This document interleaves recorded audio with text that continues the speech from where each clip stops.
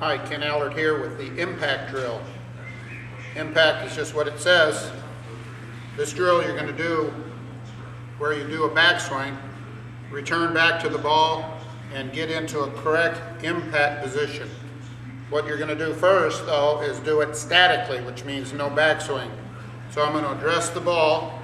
My normal position here, I've got a 7-iron in my hand. My hands are going to be maybe slightly ahead of the ball with the shaft leaning forward slightly. And this is my address position. The impact position, the hands are going to push forward a little bit. My right knee is going to kick in. My heel might come up a tad. My shoulders will be open just slightly, and my hips will definitely be open more. So I start here. I go into an impact position. When I do that, I want to keep my head steady at or even maybe slightly behind the ball, because this is the position I want to be in at impact. So you start here. You do that a number of times. Now you're going to do it dynamically, which means moving. So you're going to take your backswing, you're going to return down to the ball slowly and stop at impact. When you do that, you can kind of watch the club head come into the ball. As it does, you want to get that club face square at impact. Maybe even slightly closed, which would be a little draw type shot.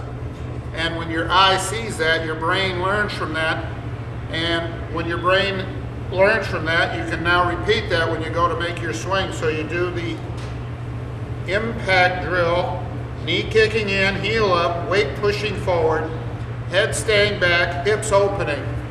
That sounds like a lot, but that's what you've got to do to improve. And be very good at the impact position. From the down the line view here, as you're coming back to the ball, try not to get the club head outside your hands coming to the impact position.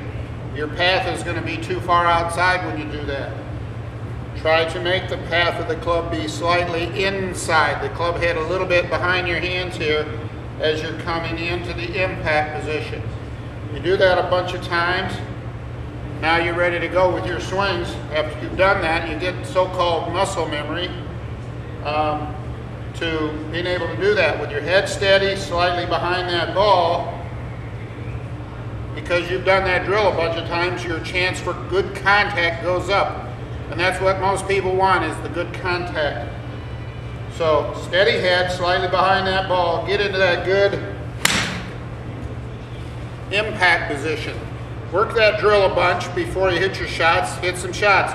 Do the drill a few more times, and you'll get much better at your contact. The direction you hit the ball, that's another story, that's another video. Good luck with the